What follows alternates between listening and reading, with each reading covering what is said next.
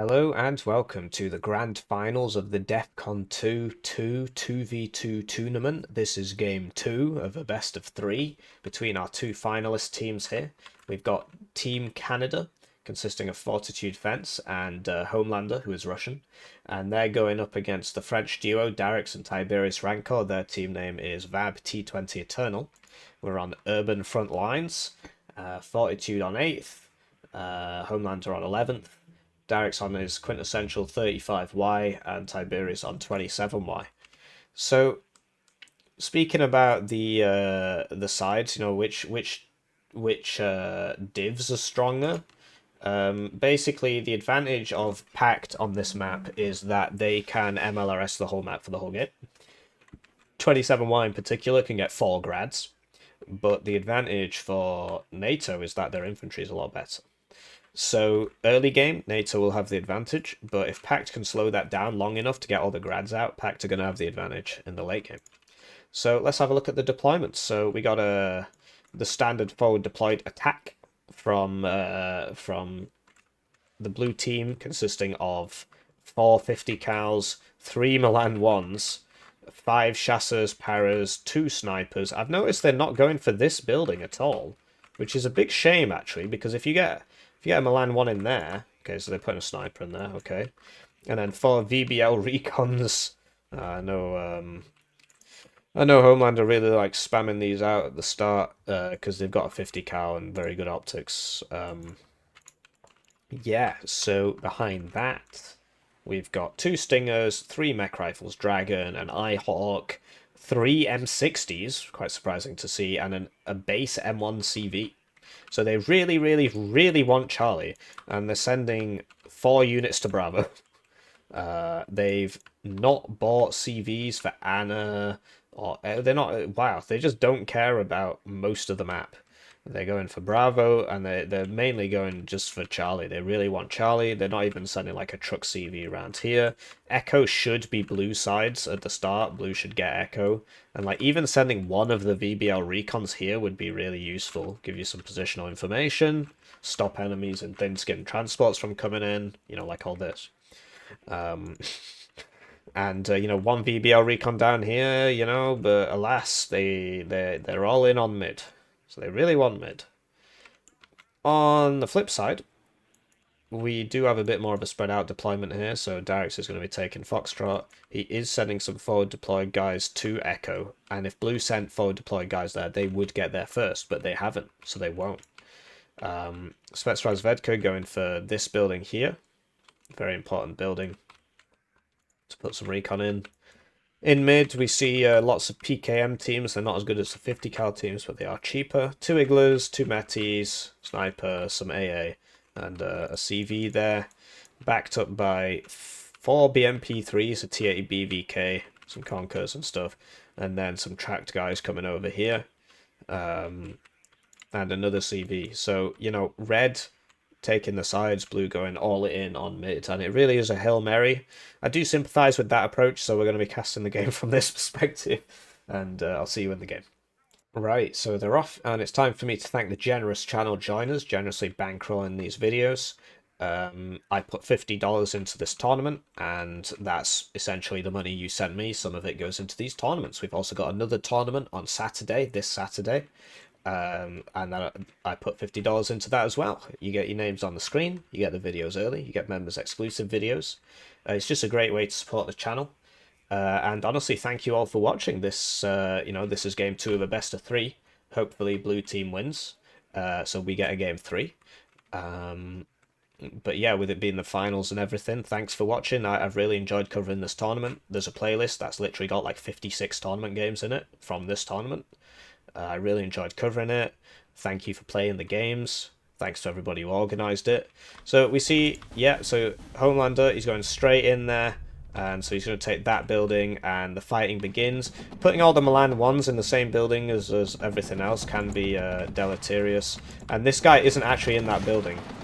He's not actually in that building, he's just on top of it. You see, he's not shooting there, and he would actually contribute quite significantly to this fight. Okay, so you see, now he's put him in the building. And now he's shooting. It's just a bug with the game. Not much you can do about that. So the fact that Blue just gave this up is really sad, and you see Darricks has just immediately bought a grad, and Tiberius has just immediately bought a grad, and they're going for all these thin-skinned guys, and this is why you don't want to put them all in the same place, because they've only got 2 HP, so they've all only got 2 HP. Actually, the 50 cal seems to have 4, but yeah, they're probably going to lose a lot of them, well, it depends if Tiberius fires the whole volley. He does, so... yeah, that's a pretty big swing, actually, just taking out all that, and that's why you don't want them all in the same building, man. It's a really bad idea. So, having said that, Red are now in a bit of a tough spot because they spent their first minute income on nothing. Having said that, Blue have just not gone for any of the rest of the map. Like, they've just seeded the whole map to take this. Like, even the guys that were here didn't make it. They didn't send anybody here, which means that Darricks is going to get to there. He's going to get this CV. They didn't send anybody here. They didn't send anybody here. So Red are just advancing on the whole map. They've seen, wow, there's so much here. There must not be very much on the flanks. And they're right to think that. So Blue, you know, they don't even have CV in the zone, right?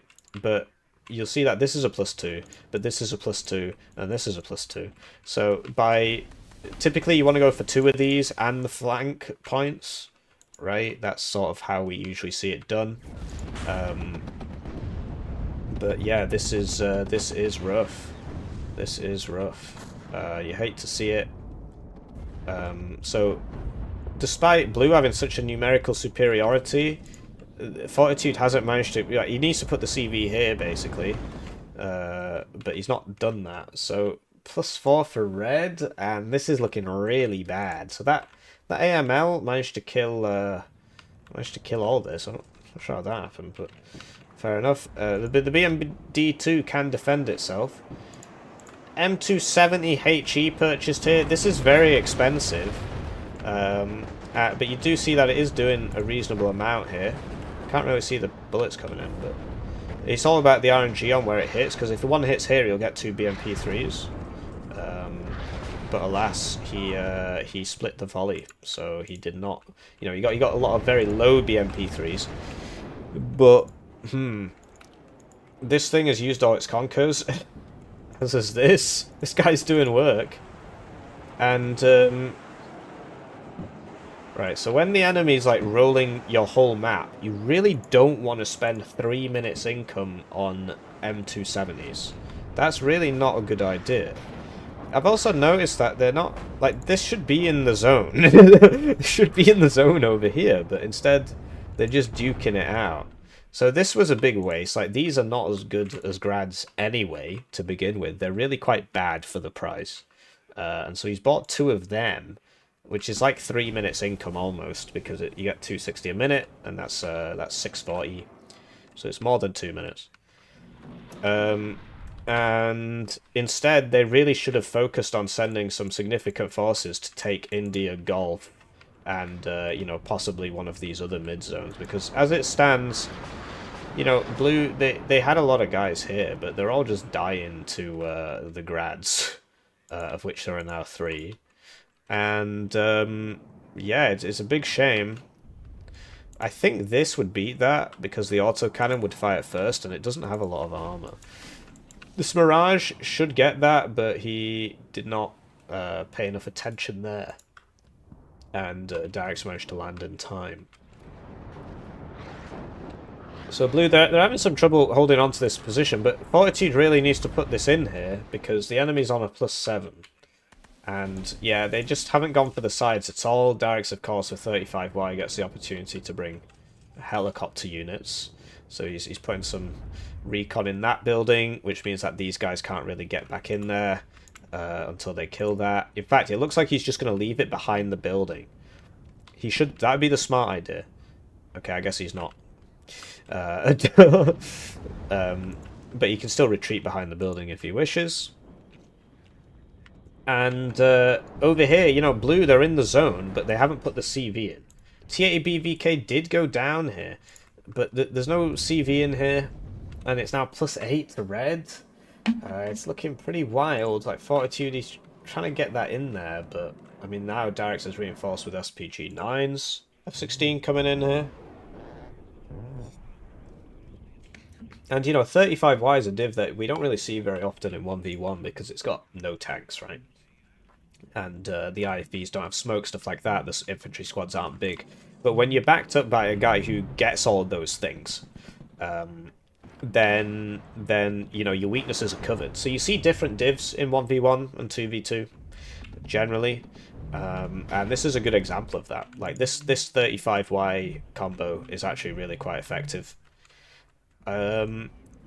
Yeah, so that Paris Marine goes down.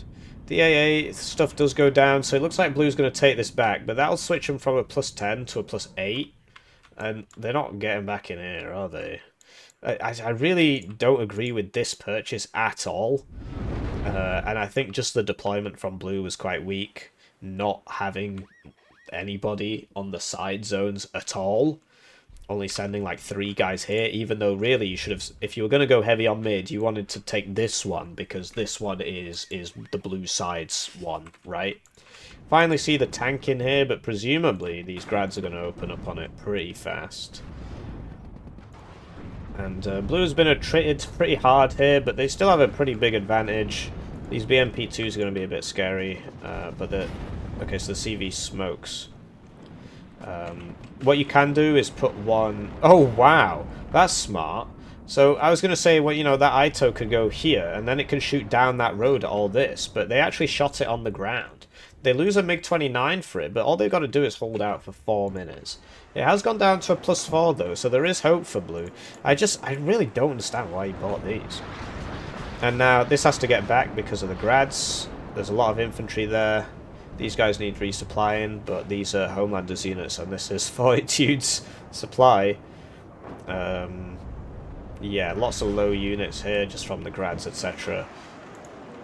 And Blue, they got to make something happen. They got to try and get in here, I guess. Because if they take that fully, then it would be a +0. And you see, the M60s, they used to be a lot cheaper, basically. But they two-shot a BMP2, I suppose. Incredible. This is a good ITO position. To be honest, this dragon should have moved up to here. Because I'm pretty sure... Okay, so that PKM team is going to take a lot of hits, actually. And the dragon can't actually... According to this can't see that, but, you know... LOS tool moment. And Blue really need like a smoke so that they can smoke up this to keep the CV in there. Because Red, if they drive this in for a split second, they're going to get that extra tick.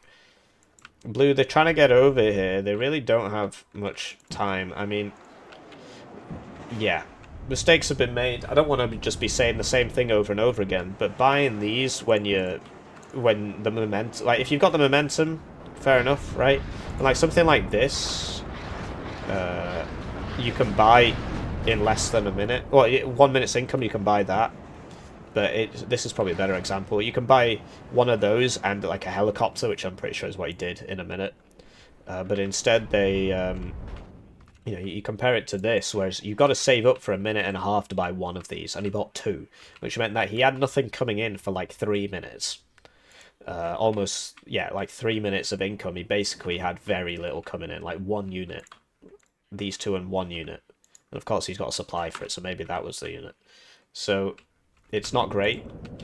The SPG-9s en masse are defending the ground. And Red have managed to get in the zone. And with 3 seconds left, that's GG. So the winners of the DEFCON 2v2 tournament, winners of about $200 in prize money, although Darricks always turns it down and says it should be put into the next prize pool. The winners are the French team, Team Vab T20 Eternal. So I'm really sorry. I'm sorry I'm ill, so my energy isn't there, and I'm sorry that I couldn't cover it live. But that was because of these guys, not because of me. It was an interesting series. Sadly, no game 3. I hope you enjoyed the tournament. Big thanks to Tally, who did the vast majority of the organising for the tournament. Did a lot of work there. There are some YES admins who just basically don't do anything. But yeah, Tally's not one of them. Tally's doing a lot of work there. Talking about you, Nalid, but obviously he's not watching this. So yeah, credit to France. Just better play from them. I mean, you know, Fortitude and Homelander was a substitute, hence why they're called Team Canada. These guys, they don't speak the same language, so come in second place when, you know, you haven't played together apart from the previous set of games, which I suggest you do check out. That was a really good set of games. They did really well. You know, they came second. Somebody asked me what my placement was. I came joint third because basically because of the delays in the bracket. After that, I was away for a week. T-Man was away for a week, and then our opponents were away for 2 months. So they just said, "Look, do you want to just share third?" And we said, "Yeah, fine, whatever." So I came joint third, and yeah, I'll see you in the next tournament, which should be this Saturday, depending on when this video goes up. I'll see you around.